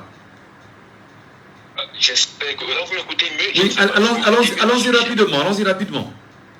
On va rapidement. Alors, comme vous dites, aïe, c'est compliqué. C'est très compliqué, mon frère Amel. La com est hyper compliquée, Amel. Très compliqué, vraiment. Bon, on peut déduire que c'est la pluie, hein. Il pleut énormément à Douala ces jours-ci. Et on peut comprendre cela, comme ça.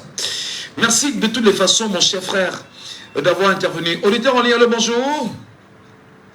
Yes, Michel Gacho, Isidore, coming back. Isidore, you are coming back again. Good morning. Yes, good morning, thank you. Your point of view of this visit of Mr. Paul Biya in Paris during this Olympic Games. But we need to give us reflections or Pan-African reflection around this invitation. What do you think? Okay, thank you. First of all, I want to say it was not really right for our president to be pleased. Hello, Isidore, are you there? Yes, I'm here. Continue. Okay. I was saying it was not, first of all, right for our president to be placed where he was placed. We saw all the rains was falling on our president. And I don't think that was the case for all the personalities that were there. Given his age, he needed a certain kind of consideration and protection. After saying that, I want to say this. Like other callers have insinuated, was it really necessary for the president to go to France himself? We have seen other ceremonies whereby he's been represented. You either send him the Secretary General of the Presidency, or you either send him the Prime Minister for him to be represented. Our president is already an aged man, and saying that is not an insult. So he should be given a certain kind of consideration. But I think this visit, if the president, each time, for some time now, when we try to analyze the president's outing, it is like they say, what is happening in the country, you can do anything that you want, but do not put an eye on the president's position. You don't look at his seat. So each time the president takes a move out of the country, we see that maybe there is something that is particular and that interests him particularly. We saw the last Russian-African summit, where when that summit was called up, he was in Europe. And he came back to the country. We were thinking that he was supposed to be represented in that summit. And in less than 24 hours, we saw our president be flown back to Europe, and this time to Russia, where he himself attended that summit. So there are so many reasons during these last years when the president himself leaves the country. Maybe I would not like to go so deep in that evoking certain things in order not to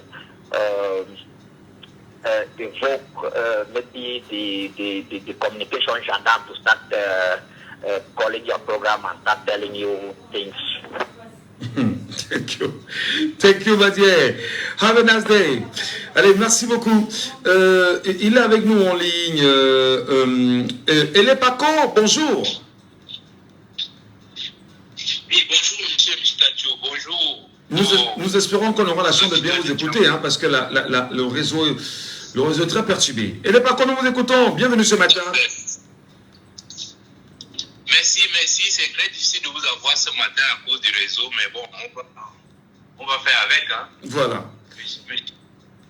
Monsieur Michel Gachou, pour moi, le premier enseignement, c'est que l'Europe et en particulier la France n'a toujours rien appris de l'Afrique. C'est-à-dire que en Afrique, lors des grands événements, on a des spécialistes qui arrivent à bloquer la pluie le temps des grands moments. Pour laisser place à la fête, comme on disait souvent dans l'Afrique ancestrale. Bon, peut-être que ça a déjà perdu aujourd'hui, mais en tout cas, c'est la première chose que j'ai vue. La deuxième chose, c'est quelque chose de positif, parce que le président de la République, avec tout son clan, toute son équipe, se prennent pour des dieux. Et on nous annonce d'ailleurs qu'ils font beaucoup de rites ésotériques, etc. Mais ils n'ont pas pu voir qu'une petite pluie pouvait venir transformer le grand lion en un coq mouillé, comme ça, le temps d'une image ou le temps d'une cérémonie. C'est vraiment c'est cette partie-là. Mais en tout cas, si ça peut rappeler à tout le monde que nul n'est Dieu sur cette terre, ce sera quand même bien. Parce que des gens qui nous enlèvent, quand ils veulent, ils nous tuent, ils nous jettent dans la rue, ils découpent les parties du corps et tout, qui se prennent pour des dieux, se retrouver dans ce genre de posture, je dis c'est bien. Mais attendez, mais la déclaration est forte quand même. Vous accusez le chef de l'État de le faire. J'espère que j'espère que vous ne parlez pas de lui, en réalité. De qui, monsieur Michel? Je vous ai dit, monsieur Michel, si vous êtes le conducteur d'un bus, et que ce bus écrase un petit enfant dans la rue, ou bien enlève un petit ngombe pour aller mettre au cèdre, mais vous n'allez pas dire que c'est pas vous le conducteur du bus. D'accord. Ben voilà, donc on peut retourner ça dans tous les sens, mais je vous le dis, pour moi, l'enseignement le meilleur, c'est que les gens du RDPC comprennent que nous sommes tous des humains, et particulièrement pour nous les Africains, nous sommes tous les Camerounais, nous sommes tous des frères. Personne ne doit s'ériger comme un dieu et avoir le droit de vie et de mort sur les autres. Non, c'est un humain. S'il avait pris un simple parapluie, ça aurait été plus élégant. Parce que croyez-moi, monsieur Michel Gachou, dans la vie, quand vous avez le précieux, vous les mettez dans des coffres, on les encadre. Quand vous avez un beau diplôme là, vous encadrez, vous mettez dans un cadre avec de la vitre, du bois de chêne ou bien du bois d'ébène, du bon bois. Mais quand vous nous voyez plastifier les objets ici, c'est juste pour éviter que la pluie tombe. Ce sont des choses sans valeur. En fait, pour plastifier quelque chose, il faut déjà savoir que cette chose n'a pas de valeur. Je veux dire, elle n'est pas solide, elle n'est pas robuste. Donc voilà pour moi l'aspect physique de ce que j'ai vu. Bon, maintenant, allons maintenant dans les dessous des cadres, monsieur Michel Gachou. Pourquoi le président de la République était à Paris, ou bien est à Paris? Il a été invité par le président Macron à assister aux Jeux Olympiques. Oui, ça c'est comme on dit toujours, l'habillage officiel. Voici, je vais vous expliquer la réalité, monsieur Michel Gachou. Vous le savez, il y a quelques jours, je crois que ça fera une semaine, 2 jours, le Cameroun a levé 616 milliards. Vous vous rappelez où c'est 611 ou 619 milliards? Absolument, absolument. L'information, on la connaît, voilà. Voilà, exactement. Et vous nous avez déjà expliqué ça dans un gros live. Quand le Cameroun emprunte ces milliards, ce sont les devises. Et les devises ne viennent jamais au Cameroun. Les devises vont dans le trésor public français. Donc, avant d'être reversé au niveau de la Banque centrale, la BEAC. Parce qu'il faut qu'il y ait la conversion. Parce que c'est... Non, il ne faut pas dire ça comme ça. Ne nous trompez pas, monsieur Michel Gachou. On ne reverse rien à la BEAC. Il y a un papier, on prend une imprimante, on fabrique ce qu'ils appellent le franc CFA, on nous envoie, ce n'est pas de l'argent. Donc vraiment, s'il vous plaît, non, il ne faut pas nous avoir comme ça en plein jour. Je vous dis, le Cameroun a levé 616 ou 619 milliards. Peut-être c'était la contribution du Cameroun pour les Jeux Olympiques. Et le président de la République s'est dit, si je laisse mes gars là, aller remettre ça à Paris, ça risque de disparaître entre 2 avions, ou bien ça risque d'être comme le coup de cœur qu'on a fait et qui est parti depuis, les Lions indomptables n'ont jamais reçu. Donc il est allé lui-même à main propre dire au président Macron, voici la contribution du Cameroun pour les Jeux Olympiques. Voilà, c'est ça les dessous des cartes. Ne cherchez pas de un chemin. Parce que si on avait laissé les Moutazis, tous ces gens-là aller faire ça, je suis sûr que même le tiers ne serait pas arrivé au trésor public. Mais une fois qu'on a dit ça, il a quand même été très mal remercié. Parce que pour moi, c'est une tentative d'assassinat. Prendre un vieillard, l'exposer sur les pluies, mais monsieur Michel Gachou, en Europe, là, il fait froid. Les pluies là-bas, la saison ne dit pas qu'il pleut, on dit qu'il neige. Quand il pleut en Europe, ce sont des morceaux de glace. Prendre un vieillard, ça le sortir de son Afrique tropicale, aller l'installer sur un endroit bien précis, où il tombe sur lui une pluie grande, pour moi, c'est une tentative d'assassinat. C'est ce que je pourrais dire. Voilà. Est-ce qu'il nous écoute là? On l'a perdu. On l'a perdu, monsieur Lepako. Merci beaucoup. Vraiment, on l'a perdu. Et c'est bien dommage. Mesdames et messieurs, la petite minute de conscientisation également qui est la nôtre, c'est de dire aux Camerounais qui nous écoutent ce matin, merci encore parce que vous êtes là chaque jour. Merci là parce que nous essayons de porter sur la table des sujets qui vous donnent la parole, vous les analysez, vous essayez bien sûr de nous dire ce que vous pensez. Mais nous avons nous aussi l'obligation, la responsabilité sociale en matière d'éducation de vous dire qu'il faut que les Camerounais, dans leur globalité, le sachent que 2025 est une année extrêmement importante pour les Camerounais parce qu'il sera question pour chacun d'entre eux d'aller aux urnes. Pour aller aux urnes, il faut déjà se faire enregistrer, comme le veut la loi camerounaise. Pour pouvoir voter, vous devriez avoir une carte d'électeur, ou tout au moins un récépissé en cas de non-délivrance de la carte d'électeur. Et il est extrêmement important de dire aux compatriotes que le changement que chacun d'entre vous souhaite avoir passe d'abord par les inscriptions sur les listes électorales, ensuite par le vote, suivi de la surveillance de votre vote, la surveillance même du scrutin dans sa globalité, et le décompte des voix et vous proclamez vous-même vos résultats. Le dire, ça n'a rien de méchant. Le dire, ça n'a rien de...